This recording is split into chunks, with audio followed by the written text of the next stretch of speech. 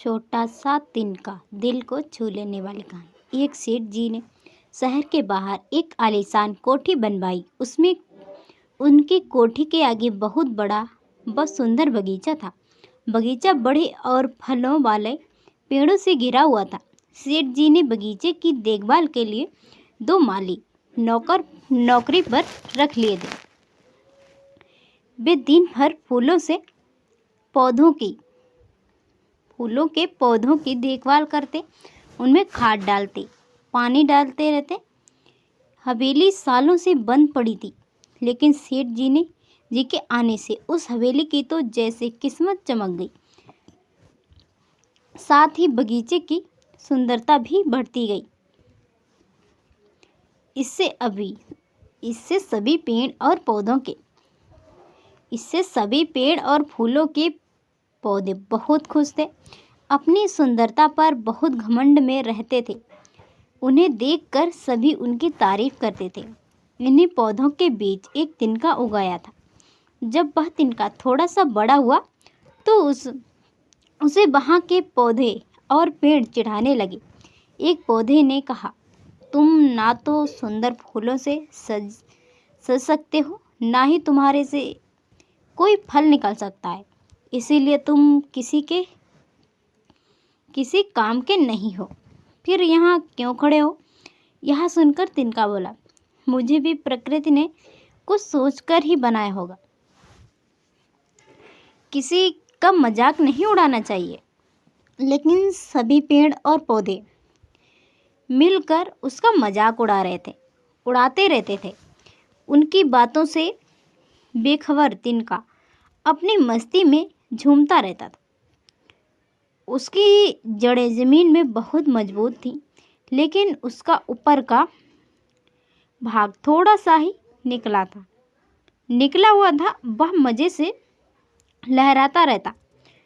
कुछ दिन बाद दोनों माली तनख्वाह कम मिलने से काम छोड़कर चले गए। इधर पेड़ों का भी फलों का सीजन चला गया था। देखभाल न होने से फूलों के पौधे मुरझाने लगते हैं, लेकिन तिनका अपनी शान से खड़ा रहता है। उसे न देखभाल की जरूरत थी, न पानी की। एक दिन बहुत तेज बारिश, तेज आंधी तूफान आने लगता है। उस बगीचे में लगे बड़े बड़े कई पेड़ गिर जाते हैं। इसी तरह फलों के पौधे अधिक पानी की मार सहन नहीं कर पाते और झुक जाते हैं।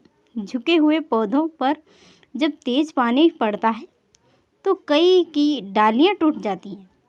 रात भर यही सिलसिला चलता रहता है।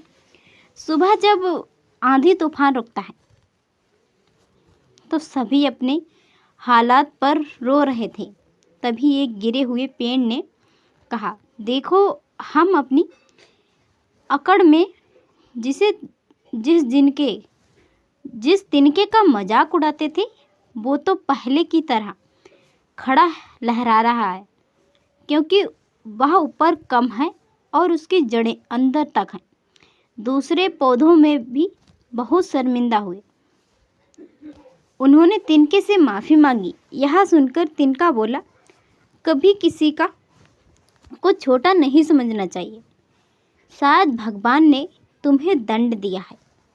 अब तो मैं भी तुम्हारे लिए कुछ नहीं कर सकता, लेकिन मैं ईश्वर से प्रार्थना करूंगा कि तुम फिर से जीवित हो जाओ। कुछ दिन बाद सेठ जी ने नए माली रख लिए। उन्होंने पौधों को ठीक से लगा दिया, लेकिन पेड़ों को लकड़ी वालों को बेच दिया। वे उन्हें काट कर ले गए। यह देखकर तिनके को बहुत दुख हुआ, लेकिन इस सब में उस छोटे से तिनके पर ना तो सेठ जी का ध्यान गया, ना माली का। तिनका अपनी मस्ती में लहरा रहा था। दोस्तों, वीडियो पसंद आई हो तो लाइक और शेयर जरूर कीजिएगा। चैनल पर नए हो तो मेरे चैनल को सब्सक्राइब कर लें। Thanks for watching.